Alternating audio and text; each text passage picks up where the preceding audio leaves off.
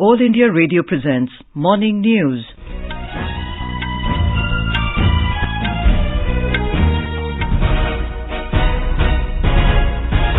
Good morning, I'm Anuja Kumar and with me is VC Pramod. The headlines. Prime Minister Narendra Modi says Kashi Vishwanath Dham is a witness of our capability and duty. Prime Minister to participate in a conclave of Chief Ministers in Varanasi today. India's COVID-19 vaccination coverage crosses 133 crore 79 lakh mark. Tamil Nadu government extends existing COVID-19 restrictions till 31st of this month. 3 police personnel killed and 11 other injured in a terror attack in Srinagar. Prime Minister seeks details on the attack. India votes against UNSC draft resolution on climate and security. In badminton, India's HS Pranoy advances to second round of BWF World Championships in Spain. And India beat Sri Lanka by 5-0 in opening match of SAF Under-19 Women's Championship in Dhaka.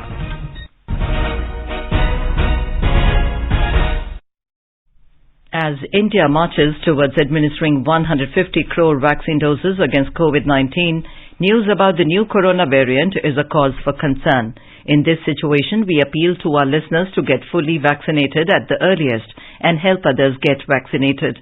Please continue to follow these 3 simple steps to stay safe. Wear a face mask, maintain 2 gaz ki duri for social distancing, focus on hand and face hygiene. For any COVID-related information and guidance, contact National Helpline numbers 011-2397-8046 and 1075.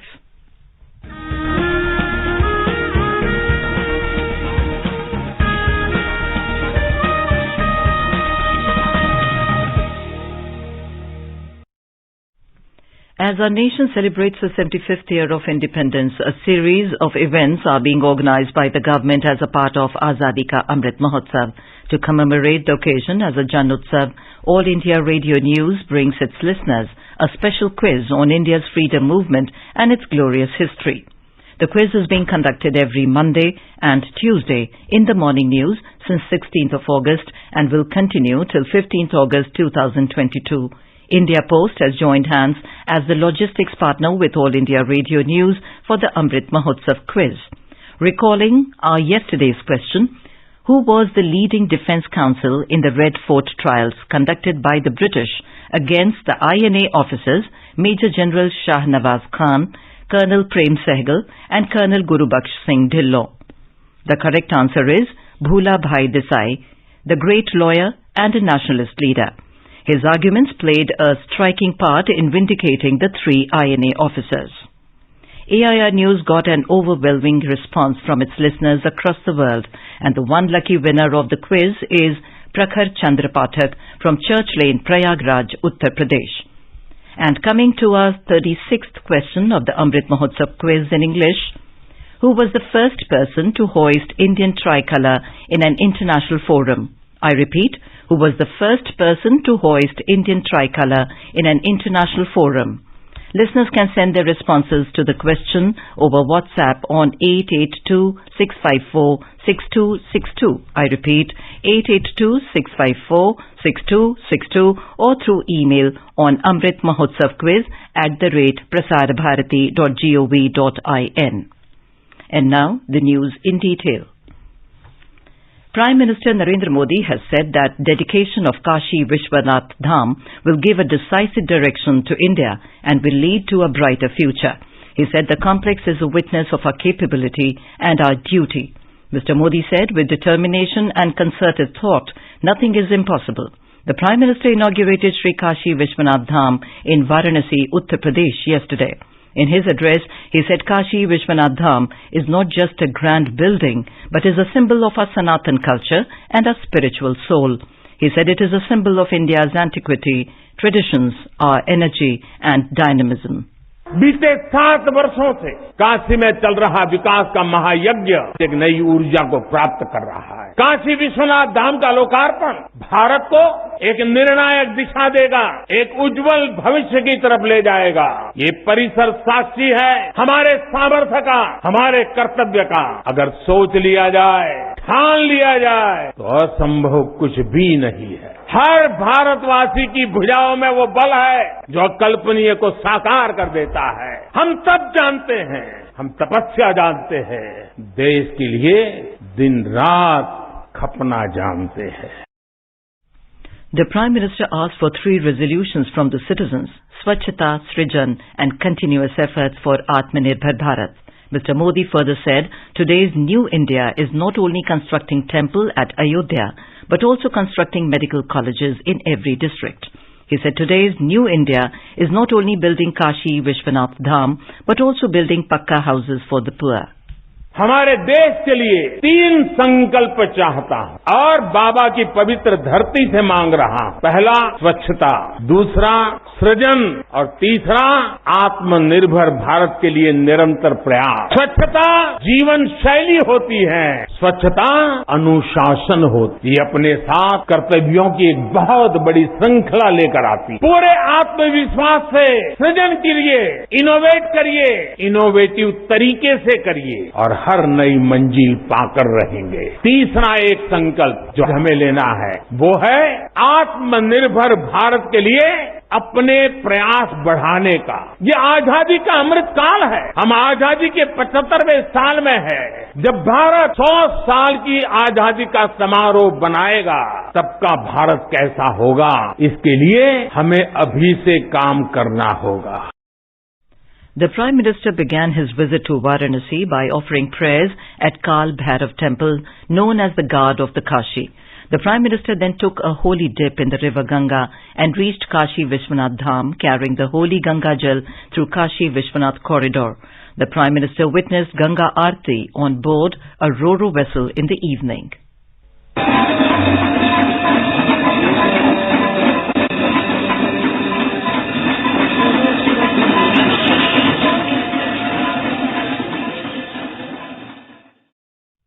Later, last night, the Prime Minister inspected the development works going on in his constituency Varanasi, including Banaras railway station. In a tweet, the Prime Minister said, "It is our endeavour to create best possible infrastructure for this sacred city." On the second day of his visit to Varanasi, the Prime Minister will attend the 98th anniversary celebrations of Sadguru Sada Phaldeo Vihangam Yog this afternoon. The Prime Minister will also participate in a conclave of Chief Ministers of various states. The conclave will provide an opportunity to share governance-related best practices and is in line with the Prime Minister's vision of furthering Team India spirit. Prime Minister Narendra Modi has said the Ma Umia Dham development project in Gujarat is a perfect example of the notion of Sabka Prayas, as this auspicious project will be fulfilled with the efforts of all. He was speaking at the foundation stone laying of Ma Umia Dham development project involving Umia Mata Dham temple and temple premises in Gujarat via video conferencing yesterday.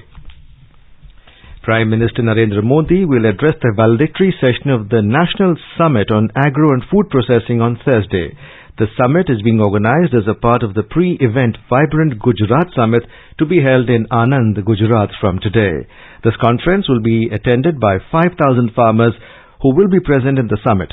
Apart from this, 80 central institutes of Indian Council of Agricultural Research and Krishi Vigyan Kendras will also be connecting farmers to witness the event live, to know and learn about the practices and benefits of natural farming. The government has said nearly 7,995 crore rupees electoral bonds have been sold till the 30th of last month in 18 phases since its launch on the 2nd of January 2018. In a written reply in the Lok Sabha, the Minister of State for Finance, Pankaj Chaudhary, said the State Bank of India has been authorized to issue and encash electoral bonds under the Electoral Bank Scheme 2018. He said around 7,975 crore rupees electoral bonds have been redeemed so far. India's COVID-19 vaccination coverage has crossed 133 crore 79 lakh mark. Out of the total vaccination, more than 81 crore 71 lakh vaccine doses have been given as first dose, while over 52 crore doses have been administered as second dose. Union Health Ministry said more than 60 lakh vaccine doses were administered yesterday. As part of the nationwide vaccination drive, Centre has been supporting the states and union territories by providing them COVID vaccines free of cost. Tamil Nadu government has extended the existing COVID-19 restrictions till 31st of this month. The decision was taken after a review meeting led by Chief Minister M.K. Stalin yesterday. More from our correspondent. All social, cultural and political gatherings which have not been permitted will continue to be banned along with New Year's Eve and New Year Day celebrations on beaches across the state. Offline classes from 6th standard to 12th standard and all higher educational institutions will resume from January 3rd next year. Swimming pools have been allowed to operate. Public halls can be kept open for permitted events. Other restrictions and COVID protocols will remain in place. The public have been asked strictly to adhere to safety precautions issued by the health department to wear masks, maintain physical distance and avoid crowded areas. Thermal screening, hand sanitizers are mandatory while entering shops. District administrations have been instructed to micromanage restrictions in COVID-affected areas. Joy, AIR News, Chennai. The News Services Division brings you glimpses of the year 2021 in its special year-ender series, The Year That Was. Today we take a look at the largest pan-India health infrastructure scheme, Ayushman Bharat.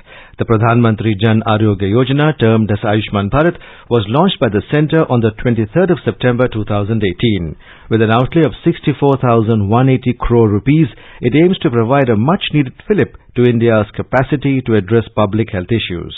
Launching the Ayushman Bharat mission in Ranchi 3 years ago, Prime Minister Narendra Modi said the scheme was a step towards serving the poor people of the country.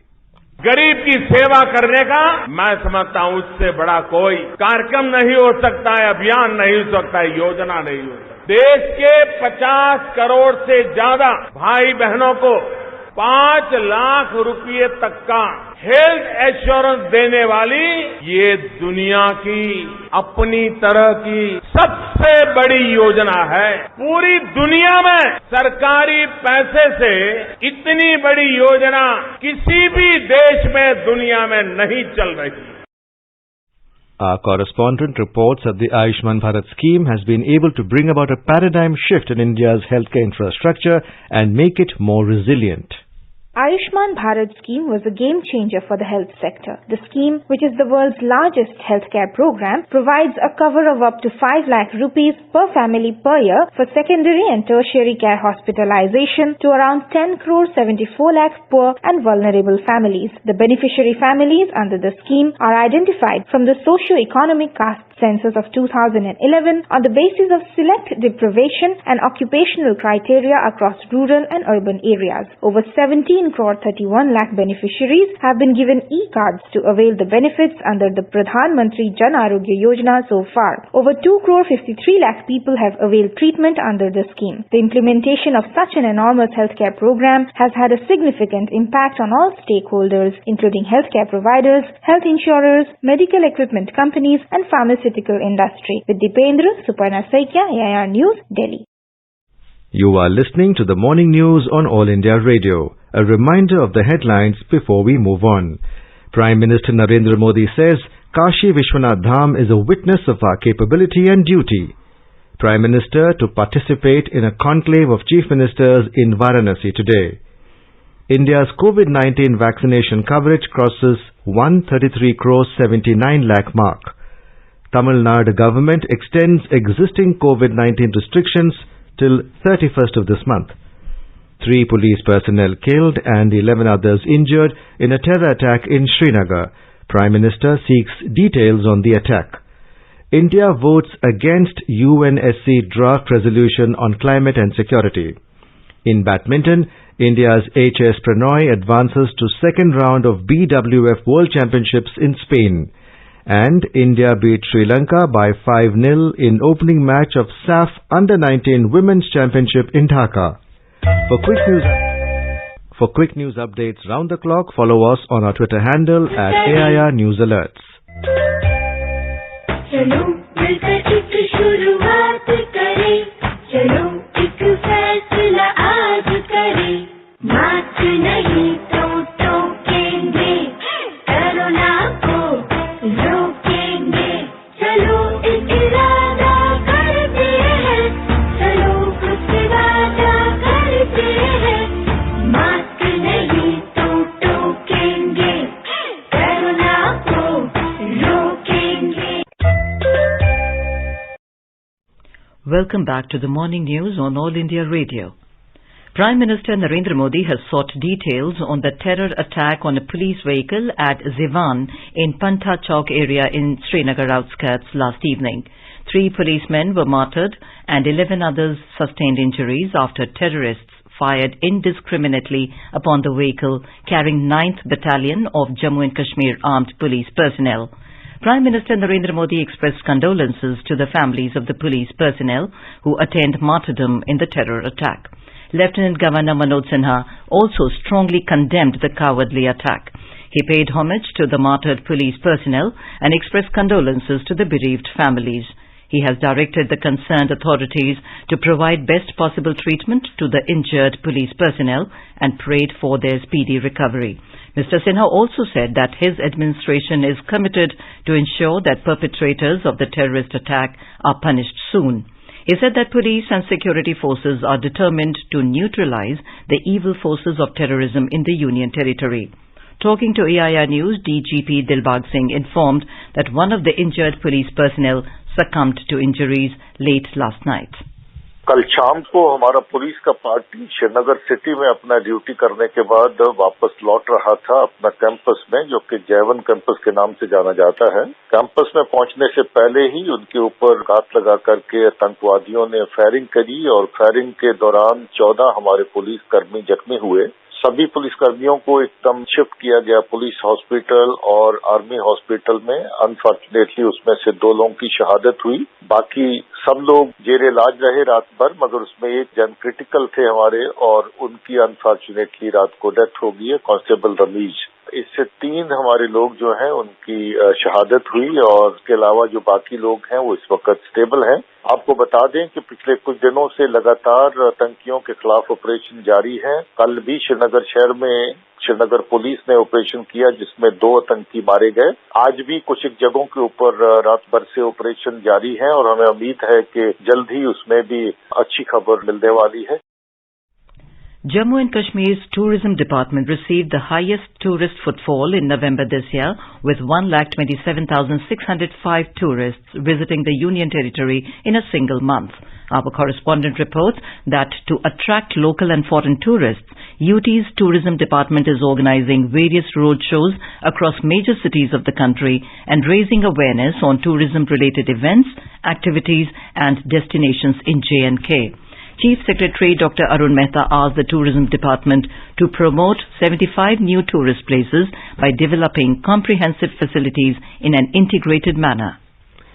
India voted against a UNSC draft resolution on climate and security yesterday that attempted to securitize climate action and undermine the hard-won consensual agreements in Glasgow.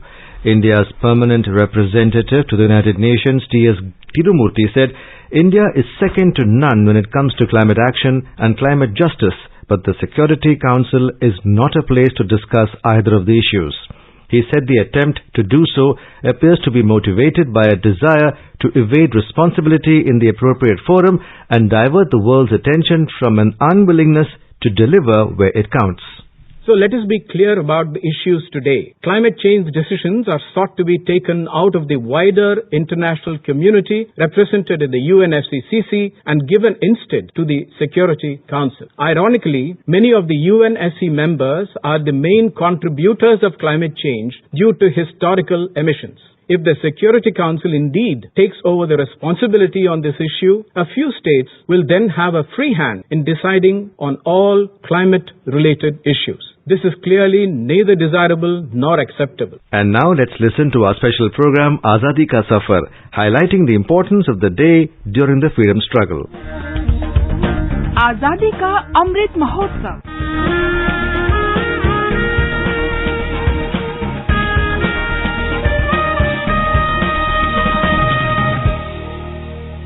Azadi Ka Safar with AIR News. Birth of a Nation. India's glorious freedom struggle is one of the greatest struggles the modern world has ever witnessed. AIR News brings you a glimpse of the struggle every day. मेरे मन में जैसे आकांक्षाएं होती हैं, बच्चों के मन में होती, मैं ये कर लूं, मैं वो कर लूं, मैं हवाई जहाज चलाऊं, मैं ये करूं, कोई डाकिया। मेरे मन में था कि मैं टीचर बनूं, मैं मुकर्रर बनूं, भाषण करता है, हजारों आदमी तालियां बजा रहे, एडिटर, एक्टर, फिल्म का हीरो वगैरह वगैरह। मैंने सारे प्रोफेशन करके देखे और ये भी मान लो कि असफल होकर नहीं लौटा। Today we remember the prominent Hindi novelist Upendranath Ashk, who was born on the 14th of December 1910. Upendranath was one of Hindi literature's best-known authors. During the 1930s, he used to work for Lala Lajpat Rai's newspaper Bande Matram as a reporter and later as editor for the daily Veer Bharat and the weekly Bhuchal. Ashk was born in Jalandhar, Punjab. He spent the early part of his writing career as an Urdu author in Lahore, but later, encouraged by Premchand, he switched to Hindi. Ashk is perhaps best known for his 6-volume novel series, Girti Diware, an intensely detailed chronicle of the travails of a young Punjabi man in 1930s of the British India.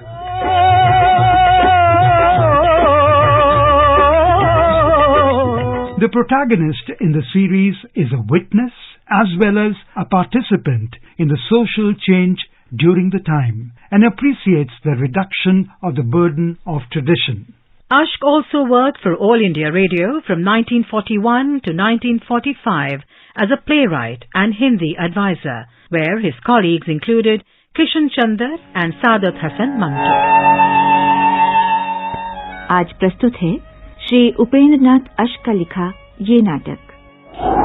In 1944, he moved to Bombay to write dialogues and screenplays for the production company Filmistan. He also became involved with Indian People's Theatre Association and wrote one of his most noted plays, Tufan Se Pehle, which was produced for the stage by Balraj Sahni. The play was later banned by the British government. After independence, Upendranath Ashk moved to Allahabad and founded a publication house. In 1965, he was awarded the Sangeet Natak Academy Award as the leading playwright of Hindi. He died in 1996. We salute this great Indian. On the 14th of December 1921, Banaras Hindu University conferred the degree of Doctor of Letters upon Annie Besant in recognition of her services to Indian education. A co-founder of BHU, Annie Besant was involved with improving the Indian education system from her initial days in India. In 1898, she founded the Central Hindu School and College in Varanasi, and a few years later, in 1904, she started the Central Hindu School for Girls. Theosophists from overseas came to help her in the work of the colleges, which were established with the object of impressing India's past glory on the minds and hearts of the students. Later, the institution became the nucleus of Banaras Hindu University.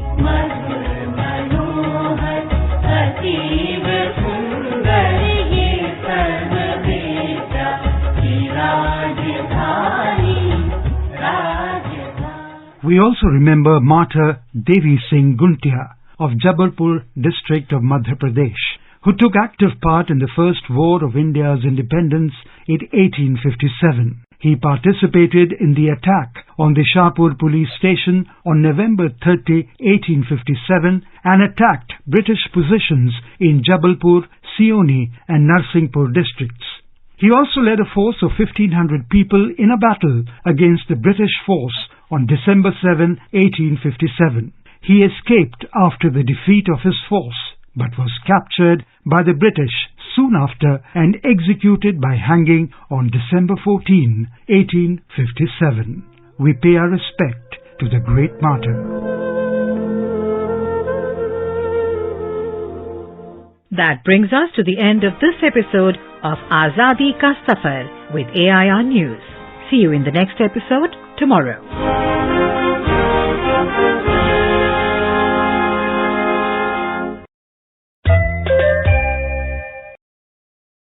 Best wishes to all consumers for Azadi Ka Amrit Mahotsav. Hallmark ensures purity of gold. Always purchase hallmarked gold jewelry. For any consumer-related complaints, please contact National Consumer Helpline's toll-free number 14404.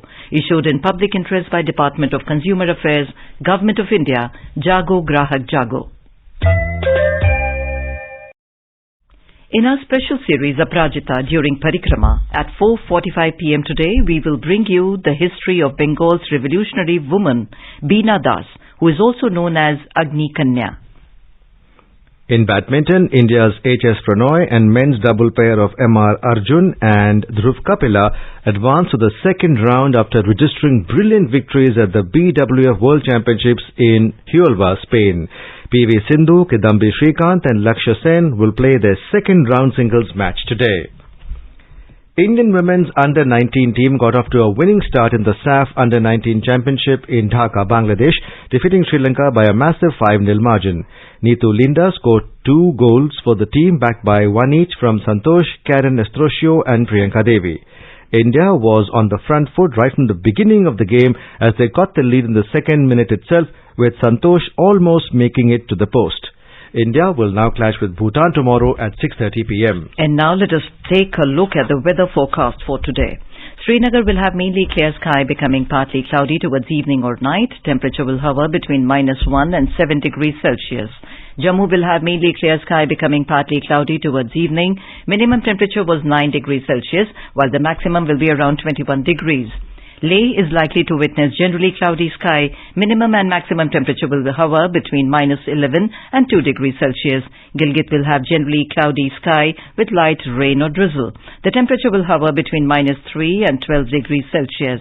Muzaffarabad will have rain in the afternoon. Minimum temperature was 1 degree Celsius and maximum will be around 16 degrees. National capital Delhi will have shallow fog. Temperature will vary between 6 and 23 degrees Celsius. Mumbai will have partly cloudy sky. Minimum temperature was 23 degrees Celsius, while the maximum is expected to be around 35 degrees. Chennai is expected to witness generally cloudy sky with moderate rain. Kolkata will have moderate fog. And now an overview of today's newspapers. All the dailies have covered the inauguration of Kashi Vishwanath Dham by the Prime Minister. The Indian Express says PM flags off new Kashi corridor as a bridge from past to future. While the Pioneer reports, #Kashi Vishwanath Dham top trend hits over 216,000 tweets, becoming the second top trend worldwide on social media platform. A front page headline in the Tribune writes, on Parliament attack anniversary, militants target J&K police bus. 2 cops dead, 11 hurt. Delhi residents to get free yoga services at their doorstep as Kejriwal launches Delhi Ki Yogshala program with trained instructors, informs The Hindu. Approaching RBI for extension till March 2023, banks seek more time for borrowers to meet norms, reports The Economic Times. NGT gives nod for Delhi Doon E-Way, 11,000 trees to be cut, cites The Times of India. A reminder of today's question of the Amrit Mahotsav quiz. Who was the first person to hoist Indian tricolour in an international forum? I repeat, who was the first person to hoist Indian tricolour in an international forum? WhatsApp your response on 882-654-6262 or through email on amritmahotsav@prasarbharati.gov.in. Celebrate 75 years of India's independence by participating in Amrit Mahotsav quiz with AIR News. And now, before we end the bulletin, the headlines once again. Prime Minister Narendra Modi says Kashi Vishwanath Dham is a witness of our capability and duty. Prime Minister to participate in a conclave of Chief Ministers in Varanasi today. India's COVID-19 vaccination coverage crosses 133 crore 79 lakh mark. Tamil Nadu government extends existing COVID-19 restrictions till 31st of this month. 3 police personnel killed and 11 other injured in a terror attack in Srinagar. Prime Minister seeks details on the attack. India votes against UNSC draft resolution on climate and security. In badminton, India's H.S. Pranoy advances to second round of BWF World Championships in Spain, and India beat Sri Lanka by 5-0 in opening match of SAF Under-19 Women's Championship in Dhaka. And with that, we end the morning news. Have a nice day.